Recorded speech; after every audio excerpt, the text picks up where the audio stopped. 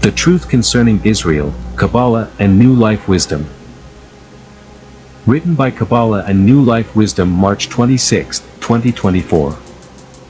Edit. Disclosure to share, wake the sleepers. The truth about Yisrael should be disclosed, all in all, full disclosure plus all-inclusive unity for all equals 12 minutes of that to get to go in bloom / Jesus Messiah reign. That old ragged, government war machine, the economic slave depot of the powers that were, are still frauds, and them plantations operate in foreclosure to date / unrebutted, just saying, because you only give power to the illusion when you add the commentary for the partisan political hoopla. Come on. Actuality, I support what is real Israel. Okay. Really equals not supporting what is not Israel in any truth or reality. All the best. Israel, Yashariel Zohar, Leklacha. Aramaic cropped from Zohar.com. 183, come and see, when Israel was in the Holy Land, everything was properly erected. The kiss, throne, which is the Nukba, was complete over them, meaning that there was a full kiss for the upper Israel, and they were working the work of God, meaning they raised and split the Abirim of the world, and the work ascended to its place above in, and caused them to mate. For the land is corrected for work but for Israel alone. Therefore, the other nations stayed away from the land, and did not govern it, as they do now, for they were feeding but on the extract, meaning the bounty that Israel extracted through their work, that completed the nations of the world as well. But the majority of the bounty went to Israel, and the nations received only an extract of the bounty. Therefore, the dominion was given to Israel. Explanation: when a person yearns for the Creator, he is then called Israel, from the words Yashar El, straight to God. At that time, his desires and attributes are in the Eretz Kdosha, Holy Land. The word Eretz, land, comes from the word Ratzon, desire, yearning, and the word Kedusha, holiness, comes from the word Mukdash, dedicated. Thus, Eretz Kdosha is a desire that is dedicated for the Creator alone. And what is Eretz Israel, the land of Israel? When a person yearns for connection with the Creator, and for that alone, he is in the land of Israel in his emotions, and then everything is corrected in its right place. Light is extended from above, an unlimited bounty that fills every desire, every soul, and every creature. The entire creation is then in a state of wholeness and complete rest, because Israel have risen all their desires to the Creator, i.e. their desires to work for Him, and the Creator responded by granting their wishes.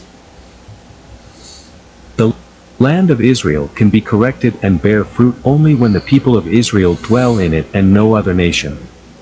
In this situation, the rest of the nations stay away from the desire and the ability to govern it.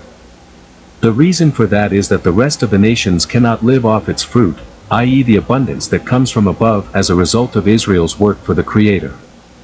The light, the bounty, extends to the rest of the nations of the world as well, but it is extended primarily on Israel, and because of that, the people of Israel govern the land of Israel. Zohar, Tazria, Command, verse 180. Rabbi Elazar said, in whatever man does, everything needs to be dedicated to his holy name. What does this mean? It means he should utter with his mouth the holy name over anything he does, so that everything will be for his service and the other side will not dwell on it, for the other side is always ready against men and might dwell on the deed one performs. For that reason, the warp and woof would be defiled and the spirit of defilement dwelt on it. And if this is so, the spirit of defilement dwells much more when one commands his words to the other side by swearing, etc., for he must not do so. For that reason it is written, then keep you from every evil thing, Devarim 23:10.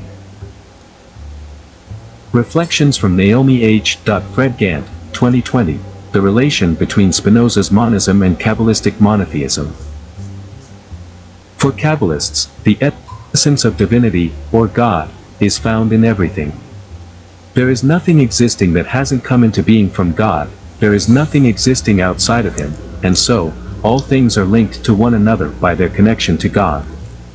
God was Ein Sof, the infinite and unknowable God before any self-realization. When there was nothing, Ein Sof created a spiritual realm, which was God.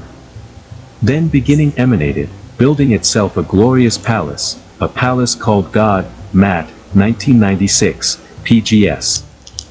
52-53. Exodus 3 verse 14, and God said unto Moses, I am that I am, and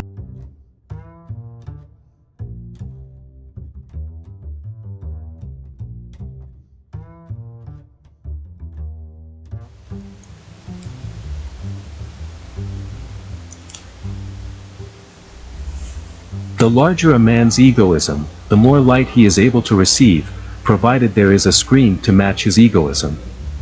Instead of resenting his unworthy desires, man should only ask the Creator for a screen that will correct those desires by making them altruistic. Oftentimes we know neither what motivates our actions nor what our real desires are. Sometimes we feel a need for something but have no idea what it is.